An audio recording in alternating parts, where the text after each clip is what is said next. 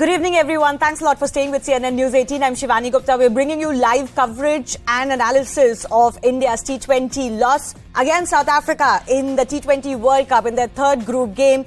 Remember, with 2 balls remaining, South Africa managed to chase down the target of 134 with 5 wickets in hand. This is India's first loss in the World Cup campaign, which means they still have work to do as far as confirming that semi-final spot is concerned. Now, batting first, India were in a precarious position after losing both openers cheaply again and then being reduced to 49 for 5 inside 9 overs. Suryakumar Yadav then stitched a 50-run partnership with Dinesh Karthik, going on to make one of the best T20 50s of all time in tough conditions, ending at 60 in 40. Thanks to his knock, India managed to put up a fighting total of 133 for 9. Lungi Ngidi, who came in for this match for South Africa, ended up with the most wickets, 4 for 29, with Parnell scalping 3 as well. In response, Arshdeep gave India the best start we could have hoped for, sending both opener de Kock and then Riley Russo, the informed South African batsman, back in the same over, the second over of the innings. Shami then got captain Bhuvneshwar, and the Proteas were just 40 for 3 in the first 10 overs, needing 94 of the last 10 overs. Aiden Markram and Miller, though, stabilized the batting for their team, both going on to score 50s. In fact, Miller not out at 56 and seeing his team through.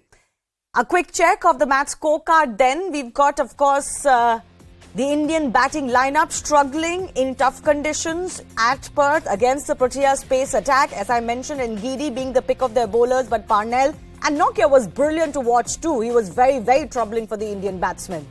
In response, the South African batting put up to the challenge, even though their top 3-4 were back in the pavilion for not too much. Arshdeep was the one with the most wickets, but both Shami and Bhuvneshwar Kumar bowled really well. Of course, Pandya was amongst the wickets as well. Now, where does this leave India? Well, South Africa really needed to win this match if they were to have any hopes of progressing to the knockout stage.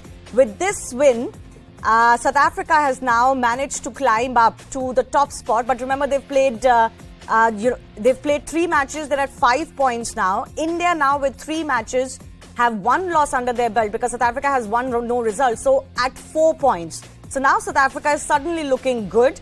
India also not, of course, in a very troubling situation because this was supposed to be their tough match. Apart from the one against Pakistan, they've got one against Bangladesh and Zimbabwe coming up. But they would need to win the last 2 matches because with rain also being a factor, you never know what can happen. In the last World Cup, remember, South Africa won 4 out of their 5 group matches and yet didn't make it to the knockout. So nobody wants to be in that situation. You need to win 4 out of my 5 matches minimum. That too with a good, healthy net run rate to have any hopes of getting into the knockouts.